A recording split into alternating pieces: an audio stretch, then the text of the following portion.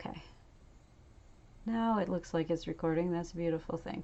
Okay, so when you come in and you log into the Soul Contract Reader software and you click on a new chart, what you need to put in primarily is the name. So let's see here. I would just put in Janet. I think it was Holmes. I'm not even going to look. Please don't be offended. This is optional. This, you can, if it's the same, you can just copy. If it needs bridging, you can do this and just tell it if you want T or H. You don't have to enter a Vocaroo ID. The Vocaroo ID is most often used for people who are doing a lot of readings for other people, which is why I ask people when I'm uncertain of their names to record it in Vocaroo, because then I can just put it in here to refer to back to later. If they're coming for additional work, or if we're doing name optimization or something, I have it complete in the file with everything else. It's not something that's a requirement, so you can just copy the as spelled to the phonetic. You can tell it if it's TH together or T separated by H. Most often it's the first choice, the together option. So you do that, and then it sometimes wants you to modify this name before it'll tell you okay, that you can save it. And since we put the T and H together on the phonetic, I just took the space out, and it should give you the OK button at that point. And then you can copy the current name to the birth name or to the chart ID set if that's appropriate.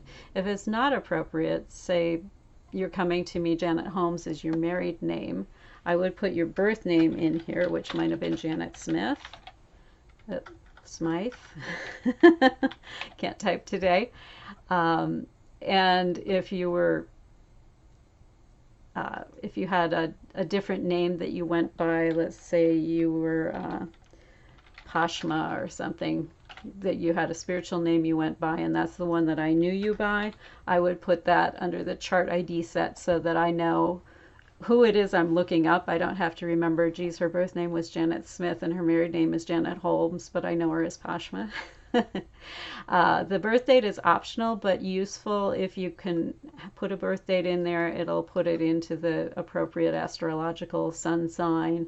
The consent type is a requirement primarily because these folks are located in the UK, and they're very strict about tracking whether people have given consent for this work to be done. If they are alive, you need either verbal or written consent. If they're deceased, obviously you can do deceased, and no permission needs to be given. And then whatever date you received the permission on goes in there. The normal labels, what he speaks about in the book, are karma, talents, goals, and soul destiny.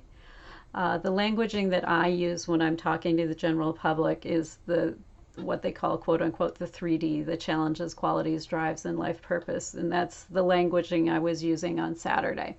So you can choose whichever of those feel more comfortable to you. If you're spending a lot of time with the book, probably normal is what you want to do, so that way you don't have to do as much mental gyrations to match things up. So that's how that works. Then you say okay, and it puts it in there.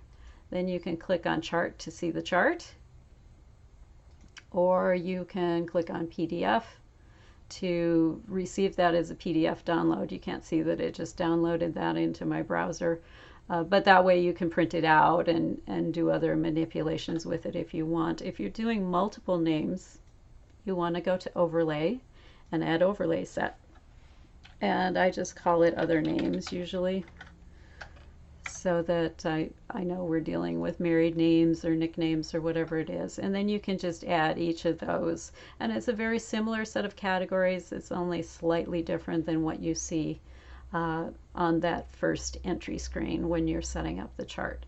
Should you need to go back to the chart, you can pull here and you can rename the overlay, you can extract overlays, you can rename the chart set, you can edit the chart set header, and that's where these two names live. So if you needed to tweak those, say I'd spelled something wrong, I would edit my chart set header, and it'll allow me to go back to that first screen and tweak things there.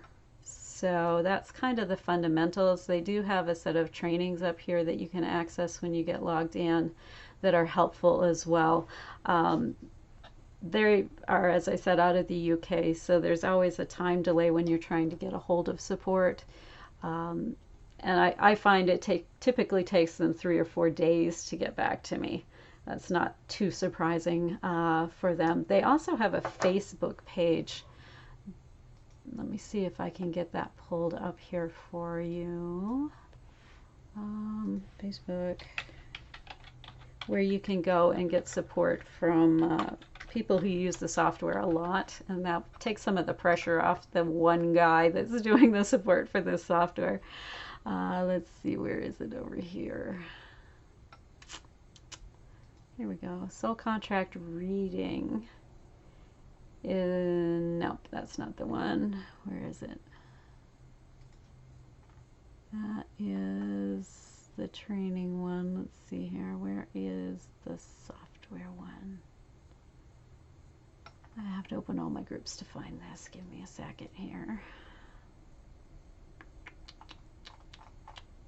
Let me go back here. See more. Let's go in here. And Soulmate Society, PLF Solutions. I'll find it here, just bear with me. Changemakers, Holistic Campus. I don't use it a lot anymore. I'll look it up and I'll put that link in the email instead of running more video time here. So anyway, that should help you navigate through the software a little bit. I am happy to have a chat with you at any moment, and I will put that link in the email as well. Take care. Bye-bye.